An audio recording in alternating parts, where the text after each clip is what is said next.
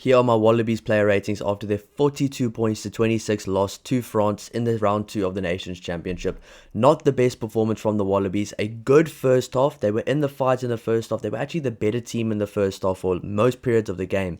But then that second half, France just came out firing. The Wallabies had no answer. But there was still some really good individual performances here. But there were also a few individual performances that some of these players really need to pick up their game. Otherwise, they won't be selected going forward. So obviously, right now with the Australian team, they're missing guys like Will Skelton, Lalakai Soto as well. I think that's how you say it. Or Salakai Lotto, or however you say it. They're missing a lot of guys in that tight five there. And it really, you can see the impact it's having, especially against a massive team like France, where I thought the Wallabies did get dominated around the park, especially in that second half. And I mean the backline as well. The amount of incredible players in the Wallabies backline, only for them to get absolutely obliterated by a team like France in the second half. It's worrying because this Wallabies team has so much potential. They are a very good team at home. You can see in that first half period as well, really good performance. The better team in the first half, it has to be said. Then the second half comes and it's like the whole thing falls apart. The damn wall breaks. Everything comes crashing down. It's not a good look for the Wallabies right now, especially for the second half performances. But they will fix it for the World Cup. They are playing in a home World Cup next year, so they have an even better chance. And they are one of those teams, you can't count them out. They've got some very good players, but we'll go through some of the scores now. But before we do, if you do enjoy the content, please don't forget to like and subscribe to help the channel grow. I really do appreciate all the support. We're trying to get more Wallabies fans to the channel, especially before the World Cup next year. I really do enjoy the Wallabies rugby, and you'll see I do like a lot of these players, which is why it will pain me to give some of these players some of these scores. So if you do enjoy the content, please hit the subscribe button and stick around. There's going to be a lot more content where that came from. So we'll start off with number 1, Angus Bell. One of the better forwards in my opinion on the day for the Wallabies. Probably the best tight 5 forward. I've gone for a 7 out of 10. He was good around the park. He was good with scrummaging. He was good at set piece. He is just a physical player. He's good over the ball. He didn't have a bad game. He had a very solid game. So a 7 out of 10 for him. Number 2, Josh Nasser went off early, so not available, no score available for him. But I'll do Brandon Payenga Amosa. I thought he was quite solid today. I've gone for a 7 out of 10 for him, especially in that first half. Most of what I saw from him was in that first half. He came on early into the game, a very difficult position to come onto the field because normally when you're on the bench, you're ready to come on in the second half. You know you're going to go do your warm-ups. This guy to come on within the first few minutes of the game, and he was there ready. He was there, scored a try as well. So Brandon Payenga Moso, you have to kind of realize that is a very difficult thing to do. So a good performance from him. Number 3, Alan Ala Atoa. I've gone for a 6 out of 10. A solid performance without being great. Physical around the park, decent at scrum time, but overall, he didn't change the game. So 6 out of 10 for Alan Ala Atoa. Not his best performance, and we haven't really been seeing those huge hard graft performances from Alan Ala Atoa recently. So I hope we can get back to seeing some of those because guys like Angus Bell are playing some really good rugby. We want to see more from those other kind of front row players in the Wallabies ranks. Moving on to the locks, this is where it gets a bit ugly. I thought Josh Canham and Jeremy Williams both today were poor. They were poor. They were not good today. They got dominated around the park. We have to be honest about this. If you're a tight 5 player, if you're a lock for the Wallabies, you are expected to be a dominant player. And I just thought today they got dominated around the park. And it's not me saying they didn't try. You could see they were working hard. They were trying so hard. But there was a few times they would run into contact and they would just get absolutely physically dominated. Josh Canham's defense today as well, missing quite a few tackles. The Wallabies missed a lot of tackles, and I saw a lot of those go through Josh Canham as well. A lot of soft shoulder tackling as well, quite easy to beat. And Jeremy Williams just not getting any go forward ball on the carry. So I've gone for a 5 out of 10 for both of them. Of course, 5 out of 10 isn't that bad, but I just thought they were one of the worst players on the field for the Wallabies today. But they still were trying their best. They still had a high work rate, so I can't give them a lower score because it's just things that were a bit out of their control. Like they just got physically dominated by bigger players, which is why the Wallabies need to bring those big guys back for the number 4 and 5 positions in the team. Moving on to the loose forwards, I thought the loose forwards for the Wallabies, Valentini, McGrath and Wilson, they always play well. They are very good players. They are always working so hard around the field. They're good ball carriers. They all have a really good balance within the loose trio. So for Rob Valentini, I've gone for a 7. For Fraser McGrath, I've gone for a 9. And Harry Wilson, I've gone for a 7. So first of all, Rob Valentini, good ball carrier, works hard around the field. He will get you that kind of dominant ball carrying you need to go forward.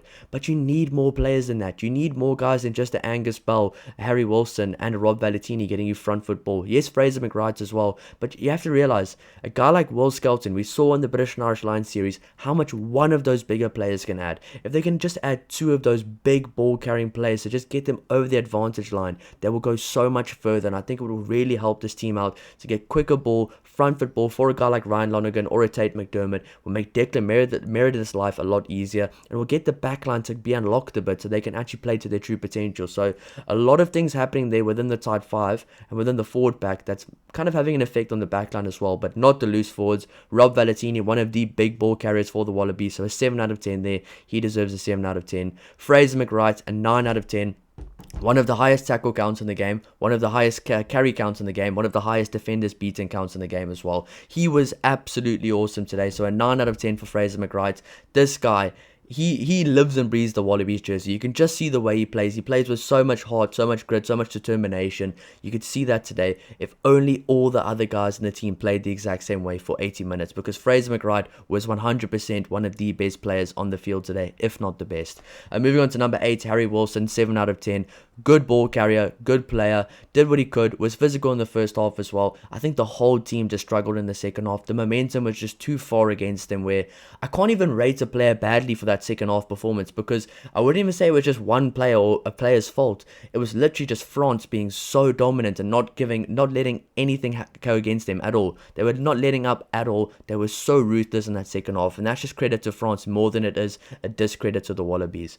Moving on to the backline for number 9, Ryan Lonergan. I've gone for a 7 out of 10. With the ball he had, with the things he could do, he was quick with the ball he had. He was good with the ball he had. Good for kicking for the poles as well. Couldn't really do much, so I'd like to see more from him, but I'd also like to see the other guys around him give him an easier time, because as an ex-scrummer of myself, once you have that back foot ball, once you have that slow ball, it's impossible to do anything. It's like you're a sitting duck. They start counter-rucking. There's nothing you can do. I think for Ryan Lonergan's sake, with the ball he had, the quality of ball he had, and the kind of things he did in the game, a 7 out of 10 for him. Moving on to number 10, Declan Meredith on his debut. I've gone for a 5 out of 10. Not a good performance on his debut, but I mean, what do you expect? A very good France team that absolutely was ruthless throughout the entire game, especially the second half. He had no time to make decisions. He got the ball flat-footed. There was no front foot ball for most of the game for him. It's always not going to be a good game. He did kind of lack with some of his decision making as well, and just he needed to be a bit more sure of himself, sure of his decision making, a bit more confidence in his decisions, but that does come with more game time, more opportunities as well. So a 5 out of 10 there for him. Moving on to the two wingers there. Number 11, Dylan Peach, I've gone for a 6 out of 10.